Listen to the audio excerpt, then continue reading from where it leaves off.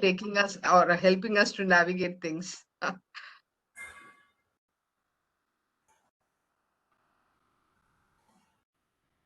So is Mr. Narsaya joining? Yeah, good evening, Ruchika madam. Hi. Yeah, he has joined. Yeah, I think he has joined, yes. Great. Very good evening, sir. Good evening, Madhur sir. Very good evening, sir. Very good evening.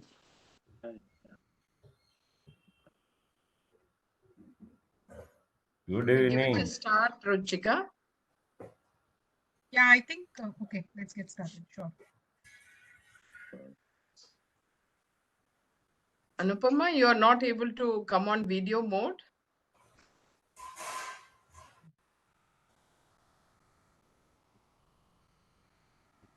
Request the panel members to come on video mode. Yeah.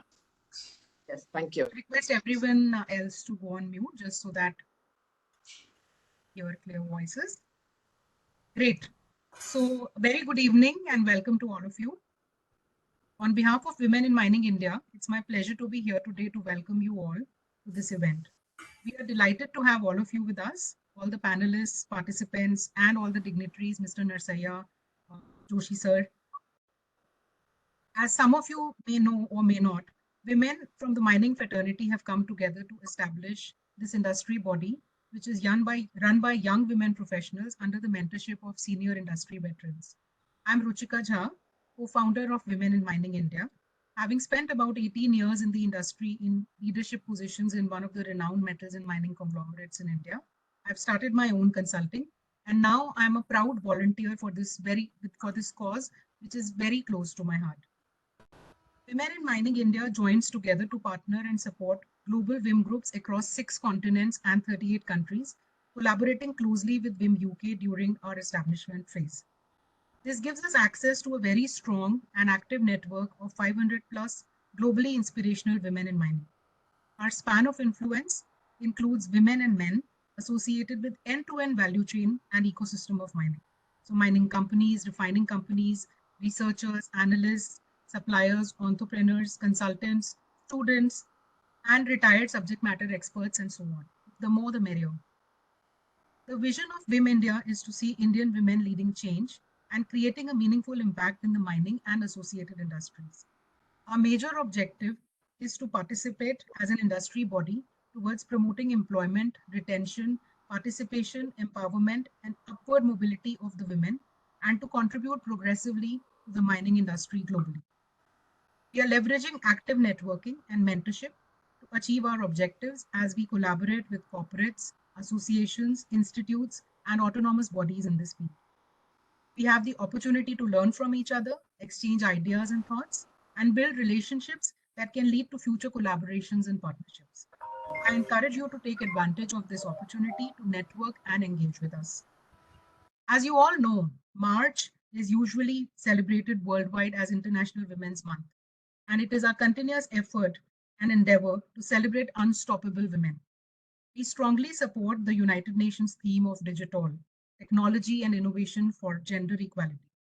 Last week, we all celebrated International Women's Week, and in collaboration with Mining Engineers Association of India, MEAI, we kickstarted our series of online panel discussions, with the very first session being DigitALL technology for mining. And today we all have assembled for the second session in the row, which is DigitALL sustainability for mining and metals. You will soon hear from us about the third and the last session in the series in the last week of March, which is DigitALL innovation in mining and startup ecosystem. This theme encourages individuals to adopt digital technologies and solutions to overcome the gender bias and inequality in all aspects of life, and to actively work towards creating a more inclusive world for women. Providing universal access to digital resources opens up many opportunities to challenge gender discrimination and empower women and girls around the world.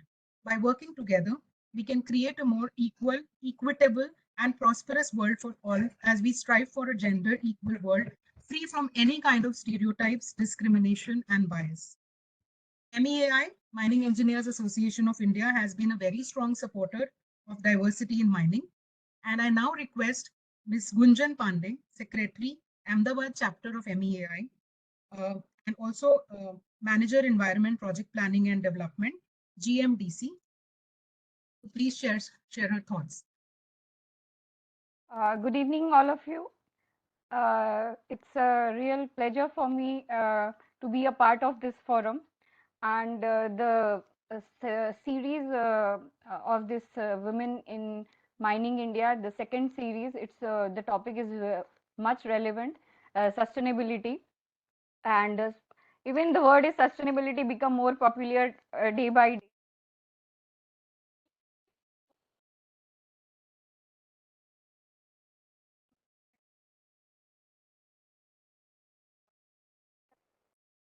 Gunjan, we are not able to hear We are you. not able to hear you. Sorry. Not audible.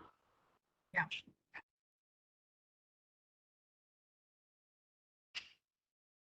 Audio is clear now.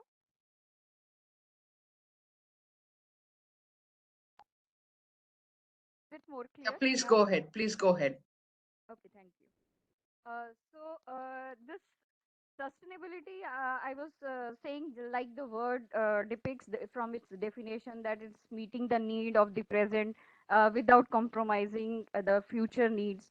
But when we talk about mining industry, we have certain issues, like we have the impacts on environment, impacts on people. A lot of air, water pollution are associated with this industry. Huge land acquisitions, it impacts a lot of population.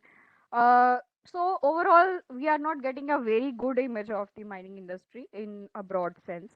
But I think the sustainable practices, if the mining industry is they implement, so it can bring out that tarnished image of the industry. And one very good example I would like here to quote. The very good sustainable practices the mining industries can do, they can invest in the renewable power sector. They have the lot of land for the reclamation practices. So a very good work that GMDC has done. They have developed solar panels over the backfield areas in one of its lignite mines located at Kutch. It is a 5 megawatt solar project. So it's a very good example that mining industries can figure out. And apart from this managing like environmental aspects, social aspects, with the advancement in the technology, with the digitization, in fact, what we are talking in this series, so we can get a very good opportunity to manage these impacts, to figure out, to monitor, and to better implement our mitigation measures. Like if we talk about the environmental digitization in particularly in the environment field, so we have the CAMs, the continuous ambient air monitoring systems. So they give us the real time monitorings of particulate matter, SOx, NOx. And apart from this, we have the remotely operated dust suppression systems, which give a very good control mitigation method for the dust control. That is the biggest problem in mining industry. And for underground mines also, we have the real time monitorings of the gases, carbon monoxide, methane, etc. And they come with the alarm system, so a better rescue of the person and the resources in time. And talking about the huge land degradation, we have to do a lot of reclamation in mining. So the drone technology and we are having various GIS enabled technologies to figure out the land use patterns, and this can be a very important tool for monitoring or for implementing our progressive mine closure activities as well. And one important issue that mining industry face as far as environment is concerned, it's the AMD, it's a acid mine drainage problem. So this acid mine drainage problem, earlier we have certain indigenous technologies to treat these problems, but now we have a very portable automated ETPs, and they come with the online sensors. So they give us the real-time monitoring of various water quality parameters, which can be better managed with the like intervention of these digital technologies. And these ETPs, they are fully automated. So it's an opportunity for the resource conservation also, because there is no manual uh, um, involvement, and we have the optimized dose of the chemicals, so no wastage of the resources. So, and I take this digitization not only for the control, for the manage, to manage the environment, but I see it as a great opportunity that government has also implemented. Like we have the various online portals from the ministries, right from the coal block auctions to getting approvals, getting our mine plan clearances from MOEF, and approvals from state pollution control. But the overall the conservation of times, resources, and getting in time approvals for our projects. So that is the biggest, if we see the governance sector, it is a great boon for this legislation sector side also. So I can say, like with these digital technology, we have a great opportunity to track our sustainability practices. We can optimize our resources, reduce the greenhouse gases, to promote the circular economy, and improve our CSR needs.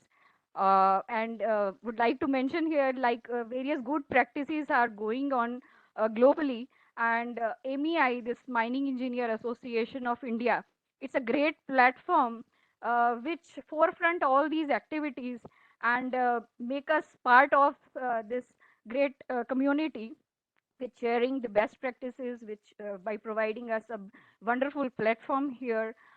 It's an association constituted for mining engineers, geologists, allied engineers, and they give the collective their opinion for the policy making also, and they promote the technical education. And the beauty of this association is they have the unique reward system. Annual, they uh, present the awards to their members for their domain expertise in various sectors, mining, sustainability. So overall, they are promoting sustainability. And even they, I must say, they like Ruchika also have mentioned that they are promoting the women participation also. So I'm very fortunate that MEI, they have given me to represent Ahmedabad chapter as a secretary, and giving me the opportunity to serve the chapter as well. And of course, a great work by Women in Mining India team, and they are encouraging the women leaders, the women beginners to participate in this, and giving them a wonderful network. And again, we have a wonderful panel of speakers, the experts to talk about the subject. So hope we will have a enlightening session today. Thank you so much. Thank you. Over to you, Ruchika ma'am. Thank you so much, Gunjan. That was a wonderful opening comments from your side. And we are also equally very happy to collaborate with MEIA in this journey. And when you were talking, of course, your experience, very rich experience of 12 years in the mining industry, was also talking as an environmental expert. Uh, and I totally, echo your thoughts, what you've mentioned towards sustainability in mining. In fact, you're very right that mining has been one of the very oldest industries that mankind has ever known. I mean, we are fortunate to have, one of the oldest zinc mines in the world, which is probably 2,000 years old compared to where we are now. And we also know that as the demand for metals is increasing, as the economy is growing, and the energy transition is happening, which is leading to metal transition, more growth of battery metals, and so on. There is a very strong need to make sure that environmental impact is also minimized while we do this mining. And we feel that, of course, as you rightly mentioned, a lot of companies have taken very good, giant strides with respect to sustainability. But this effort can also be augmented and accelerated by deployment of digital technologies, if they can be leveraged. Because mines are no more dark holes anymore, and it is our endeavor at mining Women in Mining India to actually, tell the world that mines are no more dark holes and they are more progressive, they are more, well versed with technologies and deployment of a lot of innovative techniques is helping mines not just be more efficient, more productive, more safe, and also more sustainable. So I think I'll now, probably request our panel discussion to get started. The topic for today's panel discussion is DigitALL, Technology and Sustainability in Mining. And we are honored to have been joined by our eminent panelists this evening, who are industry thought leaders and are here to share views with us. But before this, let me just take an opportunity to introduce all of them and welcome all of them. So let me start with our moderator for today. We are fortunate to have been joined by Sumati, who's also the co-founder of Women in Mining. Sumati is an industry veteran and a trailblazer. Currently, she is heading the Sterlite Copper as Chief Operating Officer and is also part of Vedanta's top strategic leadership forums like HSC Mancom and HR Mancom.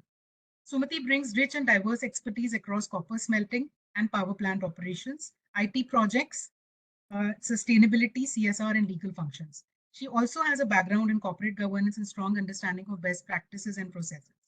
In addition, her rich experience and strong focus in business and sustainability has lent strategic insights to Vedanta's group HSE sustainability, business continuity, and community initiatives, and has helped the management grow the business in a more responsible manner. Her leadership has been instrumental in executing various critical projects in the group. She has been constantly benchmarking processes and practices to continually improve the systems at Vedanta. She has played the role in past of unit head for a 130 megawatt power plant facility and ensured power sale in spite of tough market. She is a homegrown talent who reached heights from a trainee engineer to AVP and also taking over board positions in some of the group companies, and is a role model for more than 1,500 women employees at Vedanta. She has mentored and groomed more than 120 leaders across the group, and she has been instrumental in solving many of the strategic challenges for the companies. She's not only the brand ambassador for the company, but also for society at large by taking on several roles in a metals and mining company and proving the metal, which is otherwise more of a male-dominated space. In a journey of extraordinary passion and unparalleled dedication towards her profession, coveted individual awards also found their way to Sumati. While she handled head operations role at Malco Energy in 1516, she was honored with the Best Women's Contribution in Power Sector Award at the India Energy Awards ceremony. And as recent in November 2019, she found her place in the list of top 50 managers of the country and was conferred the Great Managers Award hosted by Economic Times. She was also nominated by Women in Mining UK and included in 2020 edition of the 100 Global Inspirational Women in Mining, WIM 100. So that's Sumati for us. Thank you so much for joining and taking out time to be able to moderate this panel discussion, Sumati. And I'm now glad to introduce our panelists as well.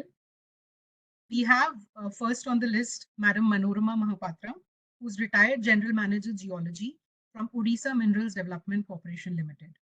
Mrs. Manorama has served in Mining Exploration Corporation Limited for 22 years, starting from exploration of coal with drilling up to 1200 meter depth in Chinakuri coal mine, up to 500 meters depth in Subhadra coal block of Tilchi coalfield, geological mapping, ore logging, sampling, evaluation of drilling data, and its processing. She has been involved in preparation of exploration proposals, interpretation of exploration data, and related activities for different coal and lignite blocks. She has a first-hand experience of ratio planning and preparation of geological reports of various minerals, correlation chart, geological maps, and other related plans and cross sections, geological modeling of ore body for different coal as well as non-coal blocks.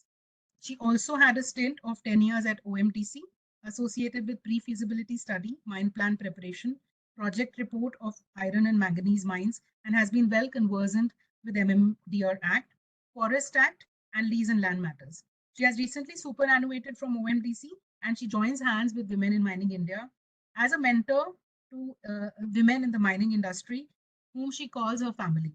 Well, very welcome, ma'am. We are also delighted to have Anupama Arya, a very young sustainability champion, acting as Senior Manager Product Sustainability in Tata Steel.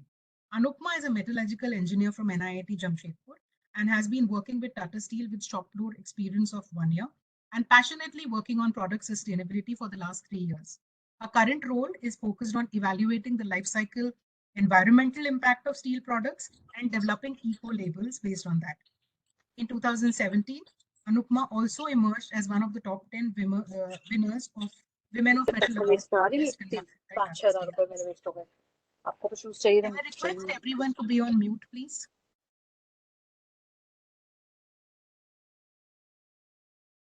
Her passion towards sustainability is an inspiration for all of us. Next, we have on the panel Mr. Swadeep Roy Chaudhary, founder and CEO of Eugenie AI. Swadeep Roy Chaudhary is the founder and CEO of Eugenie AI and has almost 20 years of experience in industries and academia and is considered an expert in his field in both AI and climate-related technology. In Eugenie, Swadeep and his team have been helping asset-heavy manufacturing companies reduce their Scope 1 emissions while improving their operational efficiencies using AI. Eugenie has received multiple industrial recognitions, including mentions by Gartner and Forrester. Recently, Eugenie is selected by Google for startups under the emissions reduction cohort. Before starting Eugenie in 2019, he worked at Fractal AI and as the head of their AI ML practice, where he was responsible for building their AI capabilities from design to implementation and delivery of artificial intelligence applications to solve customers' business problems. Before joining Fractal, Sudeep worked at companies such as Tata Elxsi, IBM Research, Rocketon Research, Indria Paris, and others. He earned his PhD in machine learning from the University of Trento, Italy, where he was an active member of university's entrepreneurial cell and won various startup challenges. He's co-authored more than 10 plus peer-reviewed technical papers and journals and received the prestigious ACM Award for the best PhD thesis.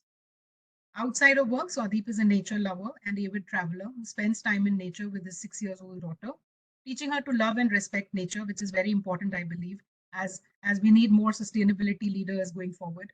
He also serves as an advisor to academic and technical communities, including Forbes Tech Council, AIML advisor for Dev Network, and an adjunct faculty position at IIT Kharagpur, India. So very warm welcome to you also, Swadeep. And next we have is Ms. Shruti Kashyap, Principal Analyst of Nitrogen in CRU. Shruti is working with CRU as Analysis Lead Nitrogen, responsible for spearheading nitrogen analysis at CRU. She brings extensive experience in the field of industry research, analysis, and consulting across various sectors, including chemicals and commodities. She has spent more than 10 years with leading organizations such as Peabody, Anglo-American, and Ernst & Young, with exposure to varied projects including demand-supply modeling, price forecasting, cost curve analysis, financial modeling, and due diligence. Shruti has worked internationally in Singapore and London, with her latest stint at Peabody's head office in the US. Shruti has a bachelor's and master's in economics from Delhi University, India, along with professional courses from Oxford University, London, and Gordon Institute of Business Sciences, South Africa. So a very warm welcome to all the panelists. And I'm amazed to see the profiles as you all are bringing with you many years of experience and loads of passion on this subject. I'm very excited, along with the rest of the audience, to hear from all of you. And I'll now hand over to Sumati, who has kindly agreed to moderate this. Over to you, Sumati. Thank you. Thank you. Thank you so much, Ruchika, for that very detailed introduction of the panel members. A very good evening, ladies and gentlemen. It's been a very warm welcome once again from my end to you all for joining this very interesting webinar session. I would like to introduce the topic which we are going to discuss today is DigitALL, Sustainability in Mining and Innovation. We have a very esteemed panel as introduced by Ruchika and subject matter experts here to discuss on this topic. Without wasting much of the time, just to set a context to this topic, I think all of us are in the race to net zero. And the race to net zero is changing so rapidly. It is also changing the definition for the mine. On one hand, demand for critical minerals is surging. On the other hand, we have operating environments are more challenging and new players are emerging. Prices for such critical minerals are becoming volatile. New projects are taking time to permit, to finance, and to construct. Economic deposits are being depleted. global geopolitics continue to present a range of risks and expectations for environmental social governance issues continue to rise in this scenario. I think ESG is no longer optional or a point of differentiation. It is now the minimum operating standard, I feel, and stakeholders are increasing the pressure, and strong social licenses, responsible actions, and transparency will be very important for success of mining companies. To enable responsible mining, one such tool could be technology-enabled transformation. Let me straight go into the questions, and I would like to put this question to Madam Manorama. You have worked, Madam, in geology department for a long while and have observed lots of transformation in mining operations. From your career span, could you please share how technology has revolutionized the scientific exploration of mines to minimize the degradation of environment, which can be to the landmass, forest, air, water, flora, fauna, etc. So over to you, ma'am. Would like to have your response or maybe your views on this particular question.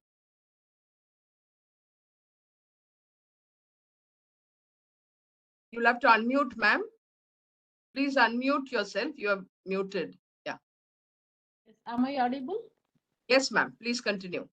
Good evening, everybody. Thanks, Sumati, for this question. So, well, I will speak 40 years ago how we are doing geological work and exploration. 40 years ago, we were using Brunton compass to know the in a remote place. But now, after 40 years, we are using GPS, geographical positioning system, by our students, geologists, and mining engineers. 40 years ago, we are using chain survey.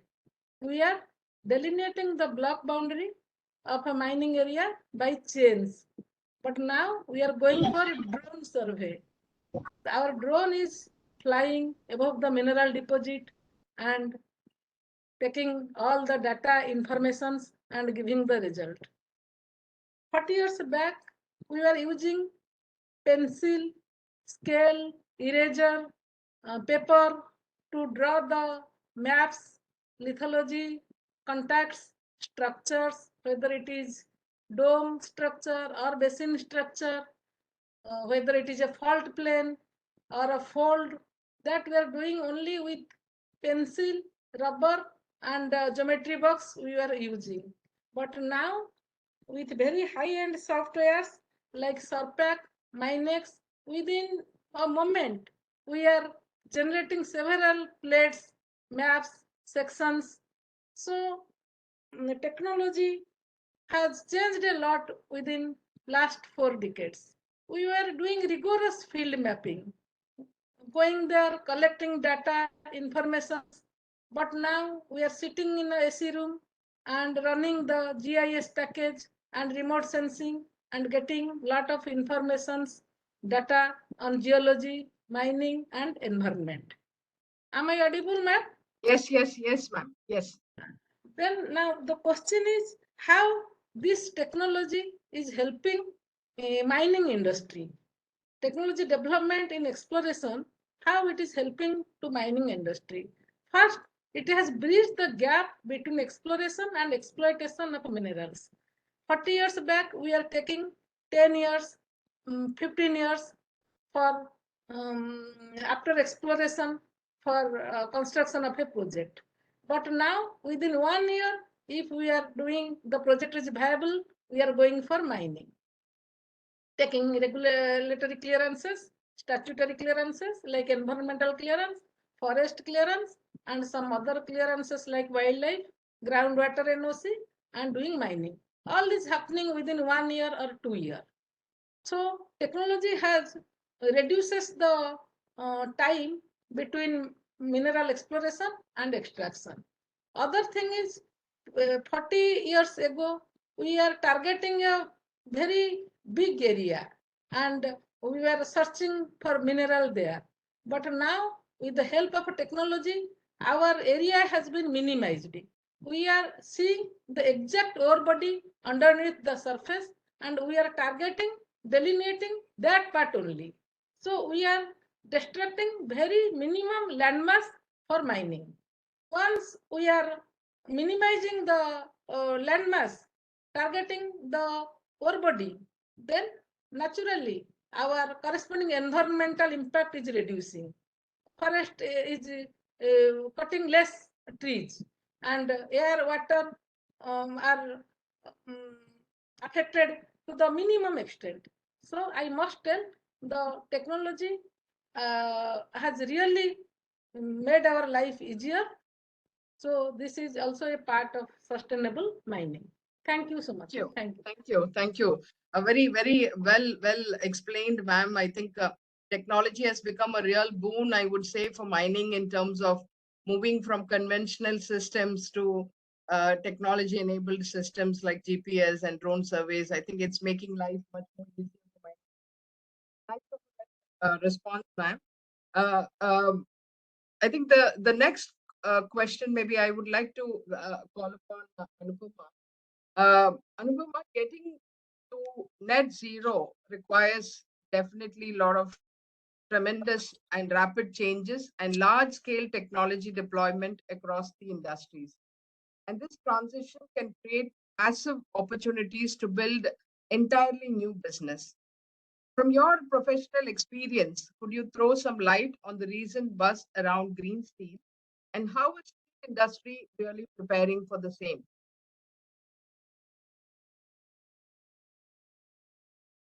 Yeah, Anupama? Yeah. yeah. So, good evening, everyone. I hope I'm clearly audible and visible. Yes, yes. Yeah. Please go So, ahead. first of all, thank you.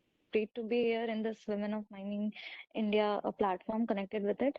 I would like to tackle this question in three aspects. First of all, we need to understand why is the hype for this green steel. So, see, we have steel industry. We do have customers in the two major sectors, automotive and construction. So, when you see the customers keep on asking for zero carbon steel or lower carbon footprint steel or net zero steel because they want to reduce their scope 3 emission. They have taken the target to reduce the emission, and some of the customers they are also ready to pay premium. Last year, you will see SAS AV was the first steel making company who was able to produce fossil free steel. And also, Volvo has already signed an MOU that they want to take all the commercial steel by 2025. So now the second part is we should understand what is green steel. So if you go through the standard like World Steel or any recognized standard, as such, there is no clear definition what is green steel. But certain companies has taken certain terminologies you'll hear. The first one is fossil free steel that you are not using any fossil fuel resources, either coal or gas. The second one is net zero steel. When we say net zero steel means that is the net balance of the CO2 emission that is emitted during steelmaking and the CO2 emission that you are trying to remove from the atmosphere. The balance has to be there. Or near zero emission steel. That is basically what would be the global average or geographic average, and the CO2 emission should be lower than that. Now, coming to how companies are approaching that.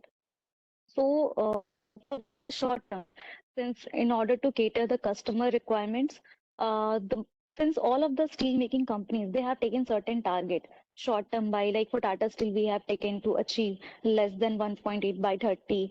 So most of the companies have taken. So we are also doing so many technological projects. So whatever the CO2 savings that we are doing, they are trying to accumulate that savings and attributing to a particular product and selling it as green steel certificates. One approach is that just to cater the immediate requirement. But when we talk about the long term, obviously the route is to have green hydrogen. Like most of the current steel world production that is based on BF and BOF route. So you are producing, reducing iron ore, then producing hot metal in blast furnace and reducing into BOF.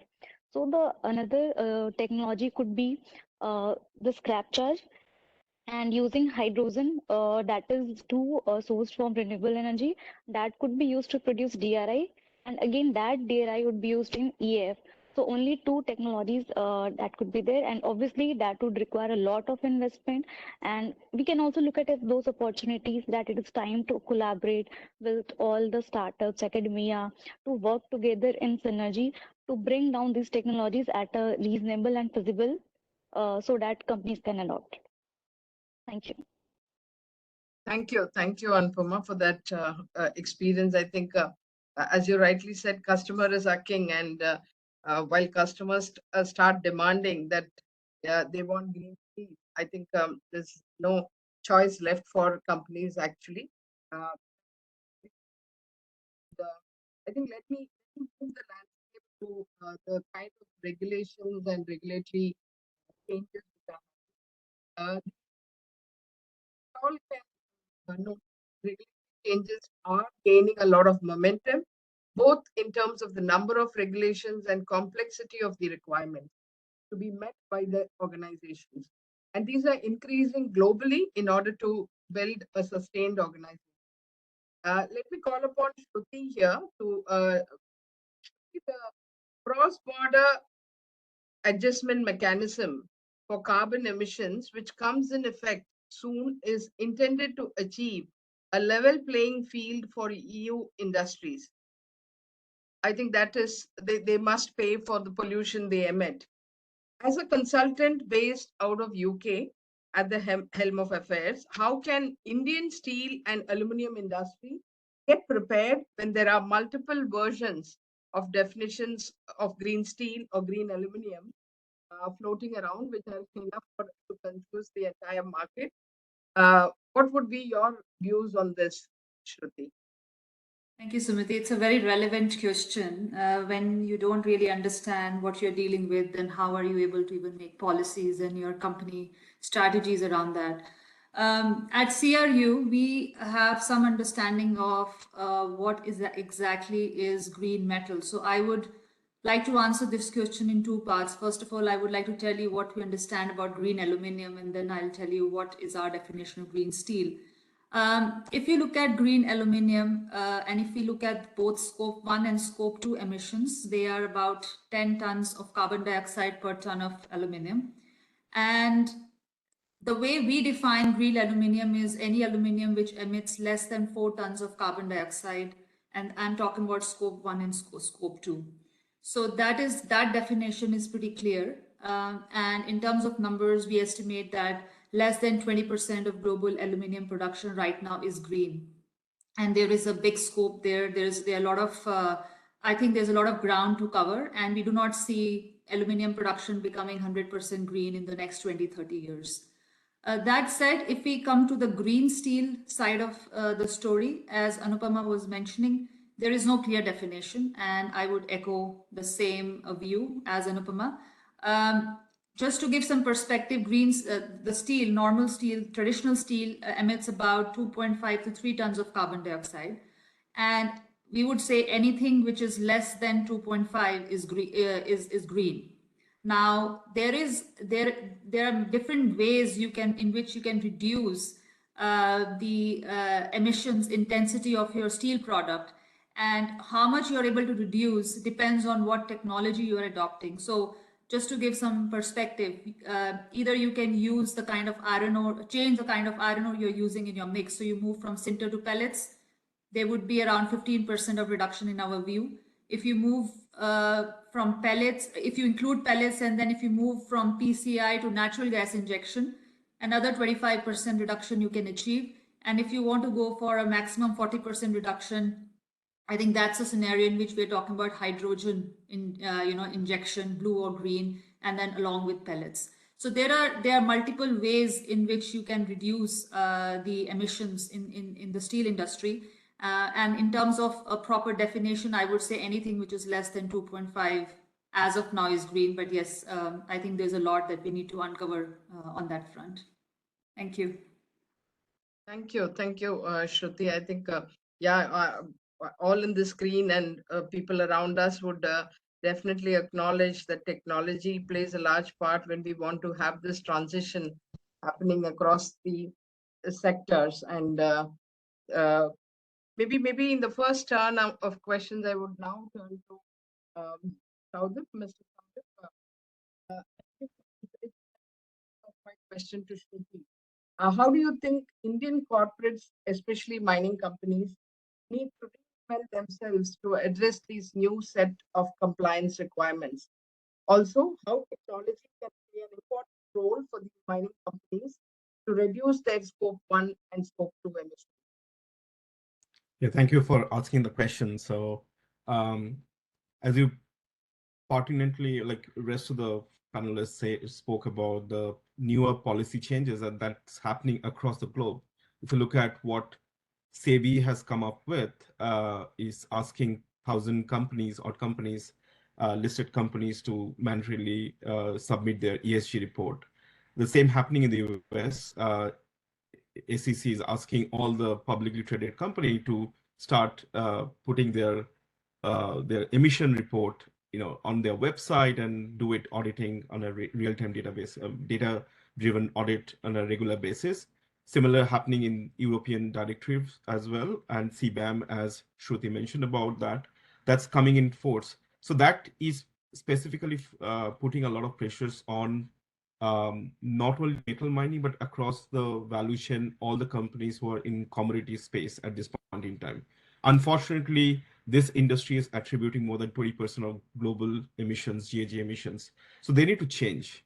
And digital technologies is playing the level playing ground, is acting like a level playing ground for all these companies. Now, just to give you a sense, if you have to really start decarbonizing your operations, um, you need to use newer technology. You need to change some of those existing processes to be more sustainable. So all of this will have to happen together, if not, at the same, together in that way, in a specific manner.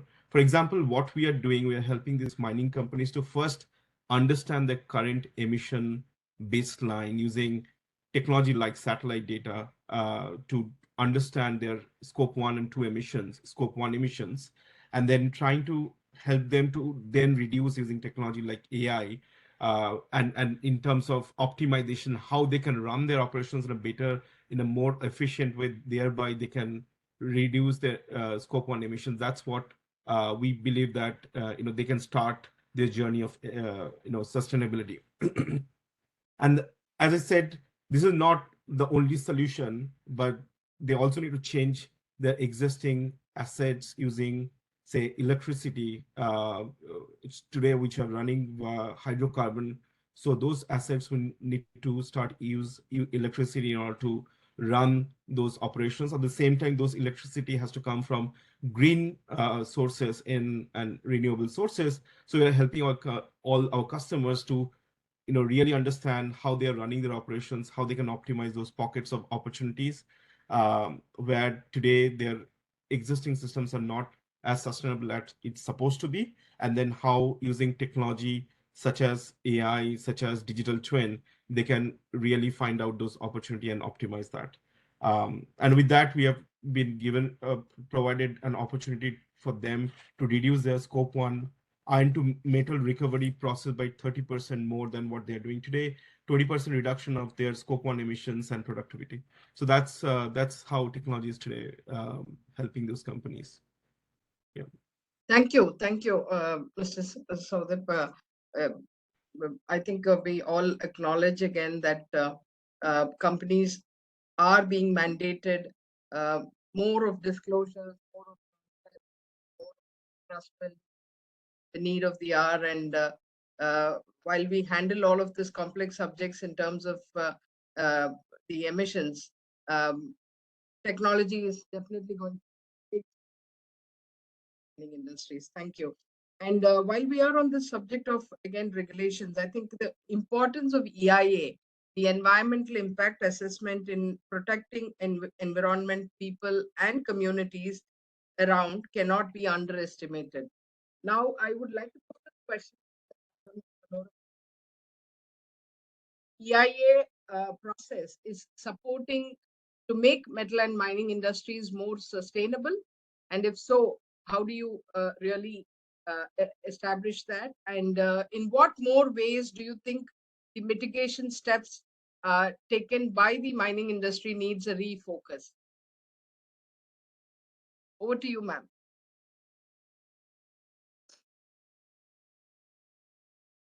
Ma'am, we are not able to hear you. There is a problem with your audio. Okay. Yeah, now it's okay. Please Is go okay, ahead. ma'am? Yeah, it's okay. Please go ahead. Yes. So EIA process, I'm environmental going to impact. request, ma'am, to keep your answer a little brief to help us to, navigate through many such questions. Yeah, thanks. EIA process is environmental impact assessment. It is completely related to environmental clearance. Before starting a mines, we have to take environmental clearance first. So they have MOEF, Ministry of Environment and Forest. They have made a framework of document, that is EIA and EMP. So it is nothing but a document. It is being prepared before mining activities, and certain conditions we are keeping. When the project will be executed, the mine owners will comply those points. So EIA is strictly implemented by the mine owners while doing mining. Now, next question is, what are the mitigation measures that I feel to take for mining industry? So we all know that mineral is very non-renewable and takes millions of years to form underneath the earth. It is depleting day to day, and we are giving environmental clearance to all the blocks, be it virgin, be it greenfield, and we all are taking environmental clearance. But actually, what I feel, we should focus the old mines who are having reserve, but they don't have environmental clearance and forest clearance and have stopped now. Their revenue is deteriorating day by day. Those mines are needed to run now for our generation. The greenfield are to be kept for the next generation, for the future generation, so that they will not face any problem. For this, all the stakeholders, government and mine owners, they have to be very careful. In my opinion, they should not touch the virgin blocks where lot of forest is to cut, lot of environment is to be lost. If we start the old mines, then with already degraded landmass, we can handle the issue. And for this, we all should be refocused, including government, public, and mine owners. In my opinion, they should not touch new block now. That is for our future generation. They should not suffer for depletion of the mineral by present mine owners for the economical benefit. Thanks, ma'am. Thank you, ma'am. I think very valid suggestion which you have given. Like, how do we look at exploring more and more of the old mines, having the reserves and preserving the greenfield, or do not touch the virgin deposits. I think very valid point to retain our forest cover, and that's exactly for the future generations to come. And thank you for that response. And, I would like to now call upon Anupama. Anupama, keeping sustainability as the heart of business, the world is advancing towards decarbonization, and I think there are a lot of digital initiatives which are also come in place to assess these carbon footprints across the life cycle of steel. Would you like to take us through the methodology, Anupama? Yeah, so I'll try to keep my answer brief. First of all, since we are talking about and we are aware steel is a hard to abate sector, but at the same time, we also know that steel can be recycled for infinite number of times without losing any inherent properties. So when you look at steel lies at the core of circular economy. So where life cycle thinking plays a very important role. So it begins with the concept of a material, then extraction. So it talks about, takes into consideration extraction of iron ore and coal, and also then the manufacturing of crude steel. So it talks about the emissions and impact associated throughout the value chain. There could be different system boundaries. Again, that product is going to use to retail to the customers, and after a certain period of time, that product will be discarded. Then we say it has reached its end of life.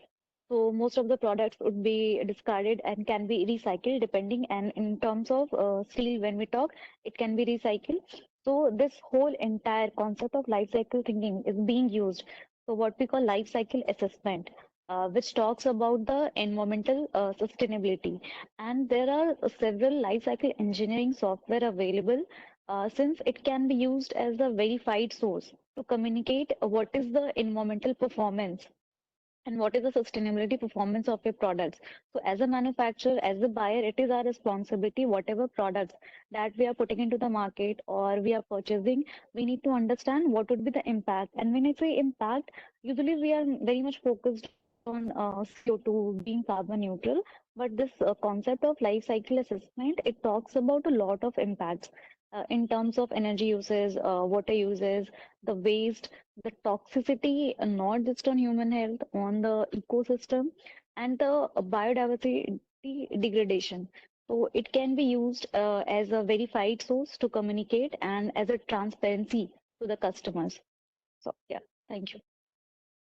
Thank you, Anupama. I think, yeah, the while you estimate the entire um, the emissions which can happen throughout the life cycle of a product, it's interesting to note that there are engineering softwares which has come to establish the environmental or sustainability performance of a business through these softwares.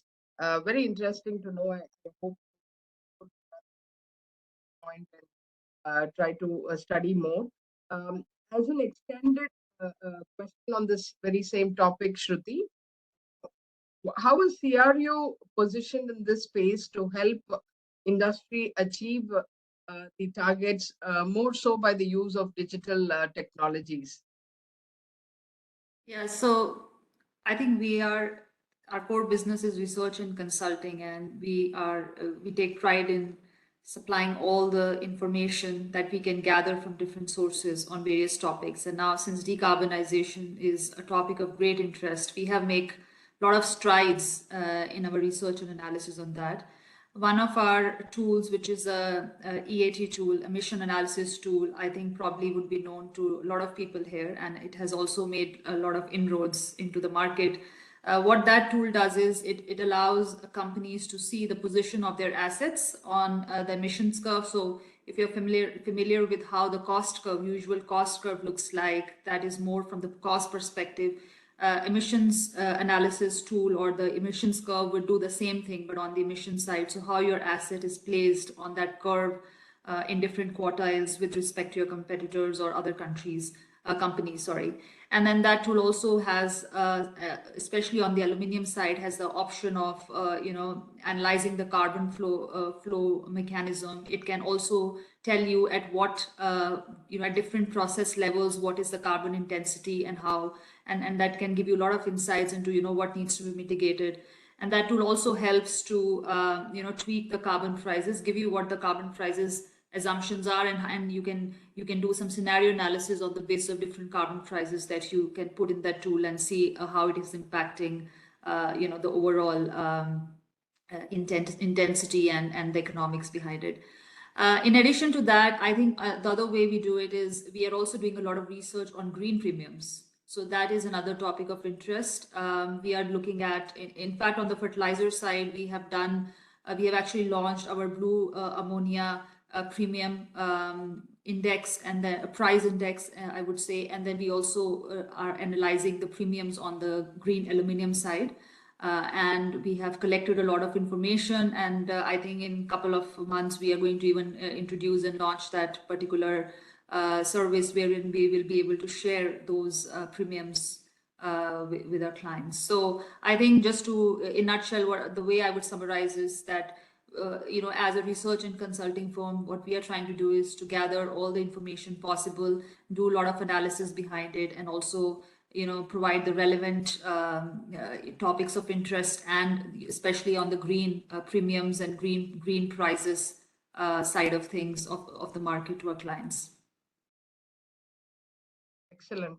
Thank you. Thank you, Shruti. And I think most of the companies and participants who are here in this forum would note this point that such a tool can actually help them to benchmark against companies. So, and that's very important for us.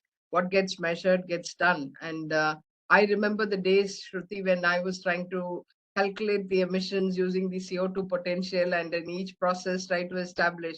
So there are tools now which can give you those numbers ready-made. So thank you, Shruti, for that. And I think the last question now is, Saurabh, with renewed focus on the green energy, I think demand for lithium elements like minerals like lithium is on the rise given the energy transition activities, especially for the EVs. Given this context, how India should leverage a responsible exploration approach that can set us to become the leader in the next coming decades? While you answer this question, I would request you to also touch upon leveraging emerging technologies like AI, blockchain, and Internet of Things to improve the sustainability performance. Over to you, Saudit. Thanks for asking this question, Sumati. Again, I think again, there's some good news also happened for India last few months, right? So, well, we discovered 5.9 million tons of lithium deposition around the belt of Himachal. It's going to be a great opportunity for India to spearhead the energy transition in the local market as well as globally. But we also need to be cognizant of the fact that today, if you look at lithium depositions of the countries like Chile and similar some few other countries in South America. So the learning that we can get from there is lithium mining process is not, though it's a green transition medium, but it's not very sustainable. You need a lot of water to do lithium mining, right? So per ton of lithium extractions, you need 2.2 million tons of water. That's a huge amount of water. And obviously we have Ganges there, that belt, but still we need to also understand the Indian population is also on the rise. So we need more water for our own population to survive. So we really need to understand how do we use technology in order to extract mines like lithium, rare earth metals like lithium in a more equitable, in a more drive, on engineering, how to more I can recycle water well. Your voice is breaking. Yeah, sorry. Your voice is Okay. not audible. Oh, can Yeah, you we hear lost me? you a few seconds. Yeah, we lost you Okay, a few so I was seconds. saying, okay, sorry. I was saying that how do we innovate in the chemical engineering side so that we can extract in a more responsible way mine of lithium. How do we introduce newer technology in our effluent plant so that I can recycle water better, the best way?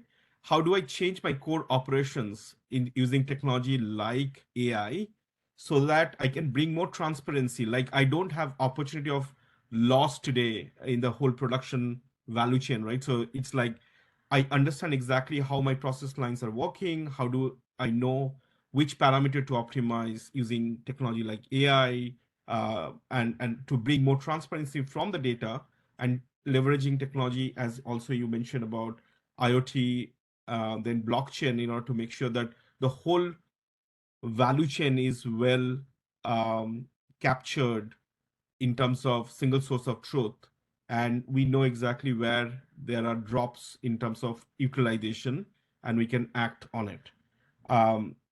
And we need to also mention, talk about, in the whole energy transition space, again, India has another lever, which is the biggest, one of the biggest source of solar power that we have by virtue of our placement in the world. We also need to understand how do we use that ability to then transition all these core operations better, so that most of our newer age mining and other operations run on renewable energy, green grids, and other stuff. And say Seki is, particularly will take a lot of newer initiatives in order to make sure that most of our grids as today are going to be now powered by green energy. So we have to use technology in order to make sure that that transition happens smoothly and in a more sustainable way. The second question's about how all of us need to be more responsible. I think if you look at UN SDG Charter 9, 12, 13, I think if you imbibe as a mining company as a part of your core value, responsible productions and explorations, and then climate actions in terms of taking initiatives which make sure that your overall emissions going down. I think in general, technology can give you that leverage, but as a core business, you need to be aware and very conscious about using those technology in order to make sure both your top and bottom line being well addressed, and also make you more sustainable and responsible. Thank you. Yeah, Rashmi, can you please go on mute? Yeah, thank you.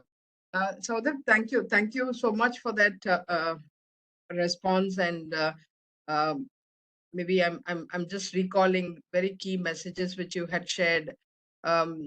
It's a lithium process is such a water intensive process, and it's so important for us to introduce better effluent treatment technologies to cope up with this need. And how do we really have more responsible mining by adopting the SDG charters?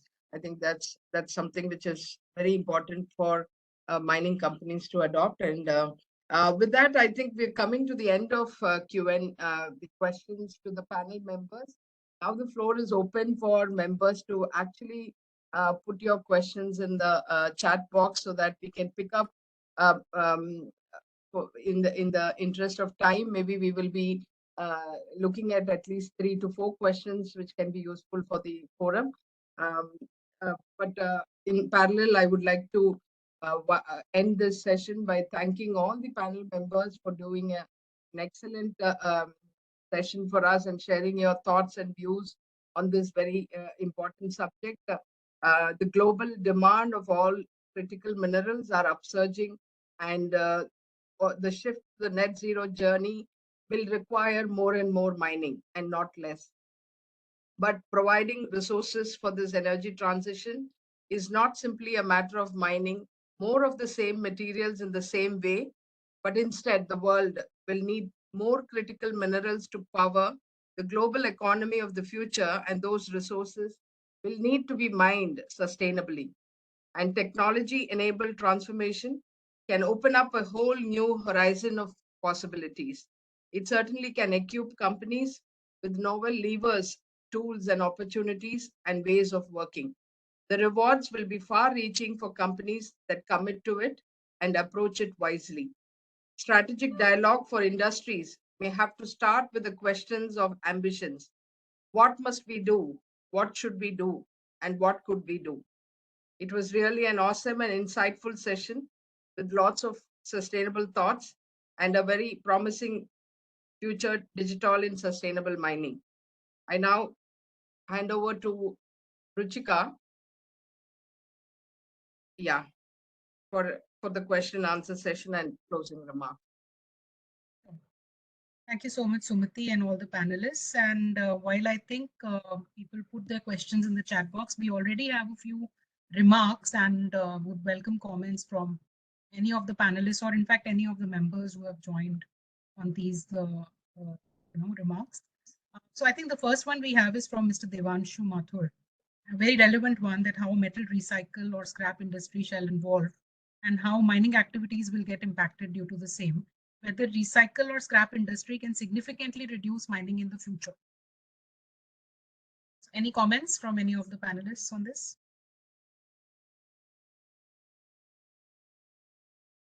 I would just jump in here with my comments. I don't think it's gonna completely decimate the mining industry.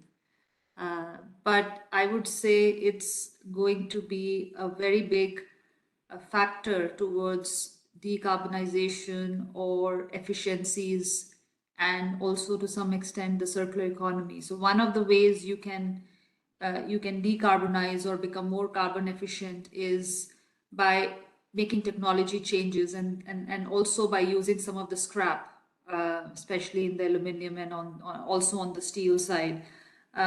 But those are just, I would say, they are just the proponents, or I would say propellers for further, helping you achieve your decarbonization goals, rather than completely, as I said, eradicating the mining industry going forward. And also the concept of circular economy is relevant, because what that suggests is that you need to first elongate the life cycle of your existing product, and then you bring that product back into the economy.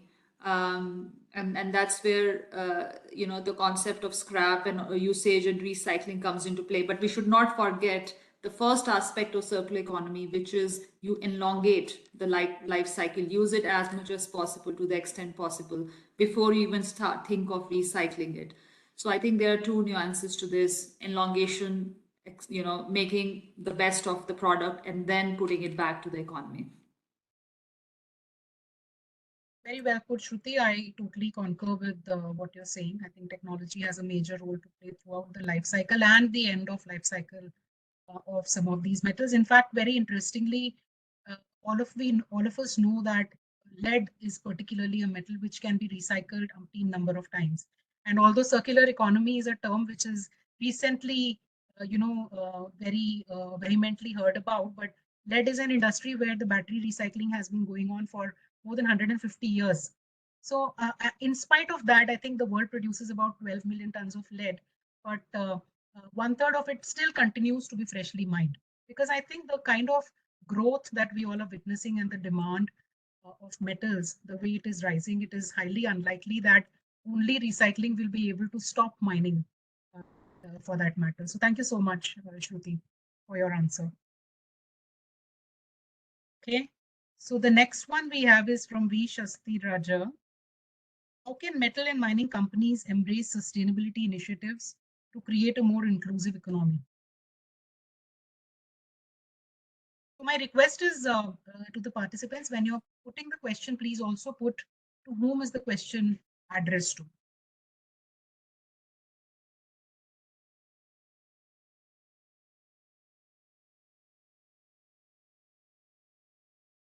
Madam, would you like to take that question, ma'am, Manorama ma'am?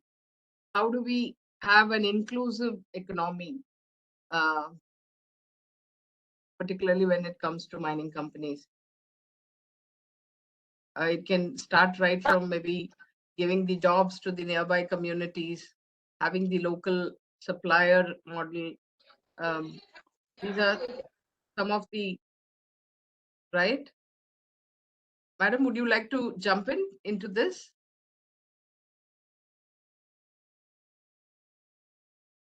Ma'am, are you on mute by any chance? I think you are on mute, ma'am. Manorama ma'am? Maybe in the interest of time, Sumati, we move to the other one and then we come What back. is the question? How can metal and mining companies embrace sustainability initiatives to create a more inclusive economy? No, can't hear. Actually, not audible. I'll repeat, ma'am. How can metal and mining companies embrace sustainability initiatives to create a more inclusive economy? More inclusive Economy. Naturally, for economical benefit, metal mining is very much important because when we do cost benefit analysis in a metal mines, we can see that almost 100% profit we are generating out of the mining activity. No, that expenditure is very less and output is more. Like per ton, we sell the iron for 10,000 rupees, whereas our cost of production is only 500 rupees. Can you imagine how much profit the mine owners are doing? Per ton, cost of production is 500, but selling with 10,000 rupees per ton. That's the profitability in your mines. So it becomes so imperative, Ruchika, that sharing the benefits with the communities around, be it The communities. yeah, is very important for mining companies. Yeah. We I can move to the absolutely next agree, question. and also Subhati, whenever we talk about even deployment of digital technologies, even that should be kept in mind. The larger community should definitely be kept in mind as to how the digitization initiatives can impact the larger, communities around the mine site. So that's pretty interesting. The next question is to Sadeep. Energy markets are changing rapidly, and the traditional business models such as coal, oil, and gas players are under pressure. What could be the more promising areas for investment for these companies? Question from Rashmi Nilani to Sadeep. Thank you, Rashmi, for asking this question. So yeah, you were right. So there are a lot of regulations changing across the globe. I'm dialing today from California. So yeah, EPA has come up with a lot of new regulations for oil and gas companies targeting whether it's super emitter events, whether it's how they report and etc. So we are seeing more and more oil and gas companies are under the radar and scanner. Also the public perception about how they today run their operations, so they have to change something. So what today oil and gas companies are doing is they're saying, okay, we're investing in energy transition, whether it's solar, renewable, whether it's green energy and etc. But I think what they have to more focus on today is use technology in order to first decarbonize their existing operations. At the same time, they have to also, and that is possible. Like today, if you look at midstream company, 40% of their emissions happen due to operational inefficiencies. Like someone forgot to just close the vent. I mean, and that's why cold venting happening, and that's what EPA keeps on, sending a lot of notices to operators here. Um, so I think one thing they need to do immediately, again, coming back to that SDG goal of 12 and 13, responsible consumption and production. So that itself will help them to reduce a lot more than what they're doing it. At the same time, they have to also think about the energy transition, how to find out alternate to oil and gas, and then uh, in terms of whether it's solar, whether it's green hydrogen, and that's why you see most of the oil and gas companies today are tagging them as energy company rather than being an oil and gas company. So they are investing on that, but as a first, I think the low hanging for them is to use technology to optimize their operations, find out all these inefficiencies across, and run their operations more responsibly than what they are today running as. I think that's where I think digital technology, they need to invest more than what they're doing today. Thank you. Thank you for your answer, Sadeep. I also see a comment from Dr. Ajay Shankar Gupta. In addition, Mr. Gupta, are you there? I guess you're there. Yes, I am there. Okay, great, great. So your question is, in addition to focusing, more like a comment, in addition to focusing on scope 1 and 2 reductions, we need to focus on mineral conservation and preserving low-grade minerals also. Minerals which are not economical to mine or processes that can become economical in future. A very valid point, sir, and we've also noted your request to conduct a session on GRI sector standards, which we'll work with MEI to settled. But any comments from any of the panelists on point raised by Mr. Rajesh Shankar?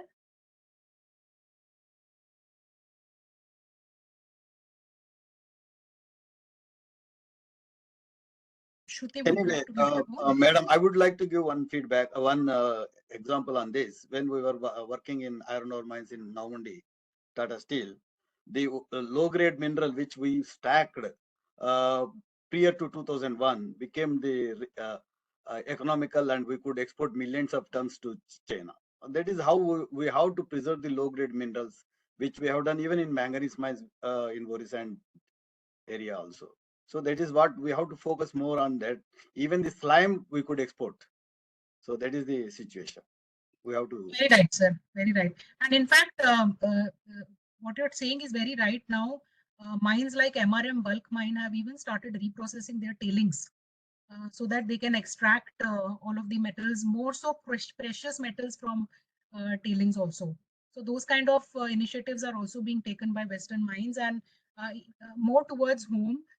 I think a lot of dross reprocessing to recover minor metals from drosses and rare earths from residues like red mud, which is generated as a part of aluminium processing. I think all those initiatives are also picking up and very related to your point, sir. So thank you very much. Last question from Prerna to Mr. Narsaya. This is a tricky one, sir. Apart from technology and finance, I think a change in mindset and behavior is important to inculcate sustainability at different stages of mining and mineral usage. So your comments, sir, you're leading MEAI as the Secretary General and constantly interacting with all the mining stalwarts. How do you see that mindset change playing an important role? No, ma'am, I couldn't hear for a while. This audio went off. What is the Okay, I'll question? repeat, sir. I'll repeat for you, sir. Apart from technology and finance, I think a change in mindset and behavior is important to inculcate sustainability at different stages of mining and mineral usage. This is a question from Prerna Kumari to you, sir. It is a very valid question unless there is a thought and acceptance to do a good thing, to accept the change and whatever the environmental laws are there, to abide by them and to keep the sustaining mining. If that thought is not there, then it is very difficult to, many big people, many big mining companies have closed down because of that attitude. The change in the attitude, following the laws which are relevant and which are to be followed, those companies only have thrived, and they have a lot of investment they have put in, like one of the leading companies, many such are there now, is Vedanta, Tata, and many JSW. So they have invested a lot of money, and they have accepted what are the changes in the laws and what are the people are requiring. So that's what is required for a mining to sustain, and acceptability should be there, and what society wants, that we have to give. So that is more important, and they only can survive, as ESG is a primary requisite for any company to sustain and to continue the mining operations. So that's what I.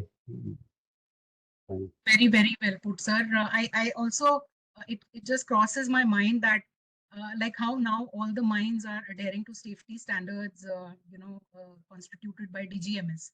You've yourself been, a stalwart in writing some of those standards.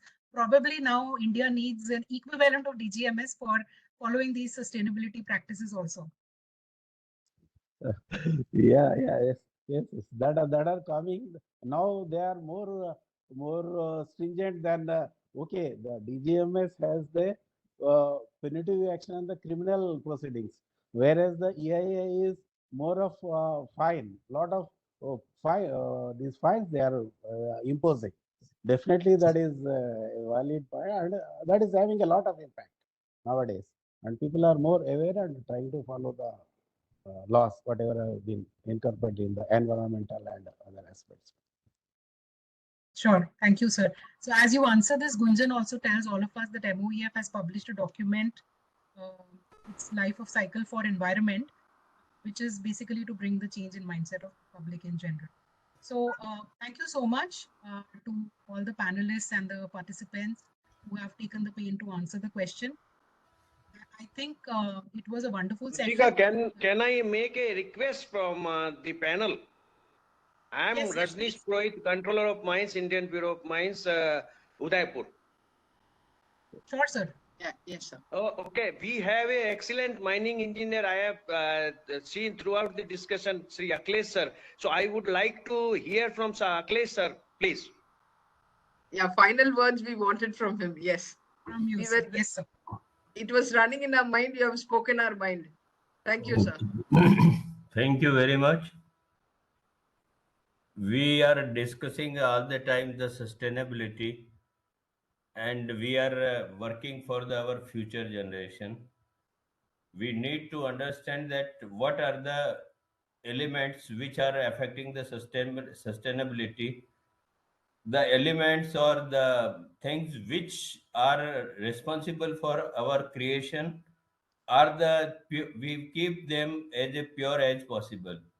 That is the earth, water, sky, air, and what else? Fire. So we need to work on this, and everybody has got the responsibility for this. But humankind developed with these natural resources, and today also we are depending totally on the natural resources.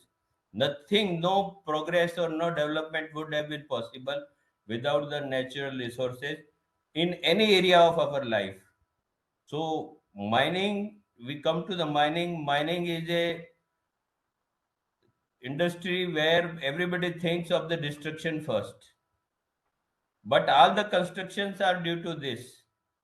But we need to remember that we cannot eliminate or totally remove all these side effects of mining, but we can always reduce it. And being the professional, it is our duty. We have the two ways.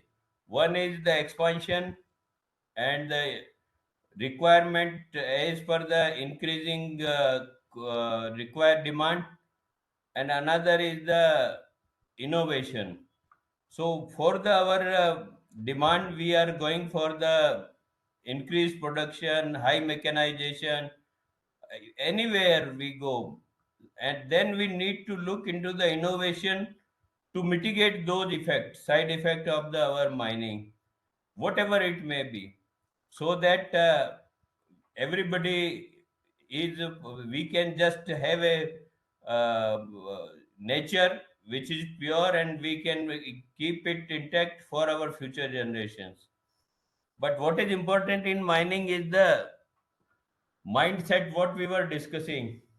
Mindset, why mindset is required? Because natural resources are rare. In mining, it is very easy to leave the uneconomical ore. So we have to have the mindset that how we can make the uneconomical economical, and we conserve the ore totally, and we take out that ore which is not viable at the normal course of mining. So we need the innovation. So mindset has to be work all the time for the innovation. But if we look into the mining engineer, they are most innovative people actually, because as we go, we do the mining. Every time the rock changes, there are faults.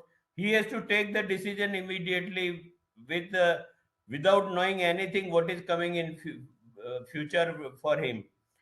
So we need to use that innovation in the sustainability also, not only in the mining, not only in the cost, not only in the saving the money. What we were doing earlier is sometimes we think it's a shame for all the humankind that we were discharging the telling into the river. We were allowing the dust to be inhaled by the people. So these are the reasons for which we are today actually conscious. We are lucky that today we have that much awareness. We have the awareness of the carbon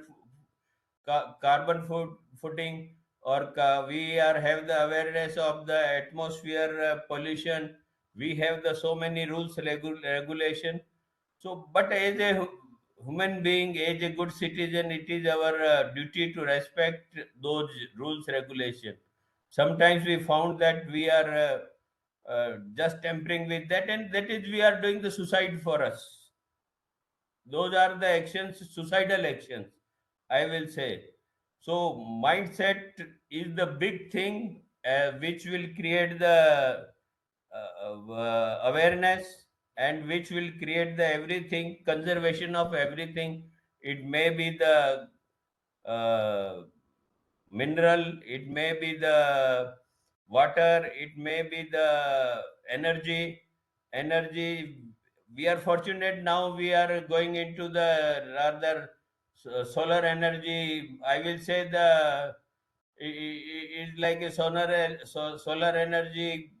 uh, क्या बोलते हैं, what we should say, the क्रांति आ रही है देश में अभी solar energy को लेके. Everybody is aware, everybody is putting on his house, who can afford it, on his house, the solar energy, and who cannot afford, they are otherwise also reducing the consumption. So every now we are in the perfect period.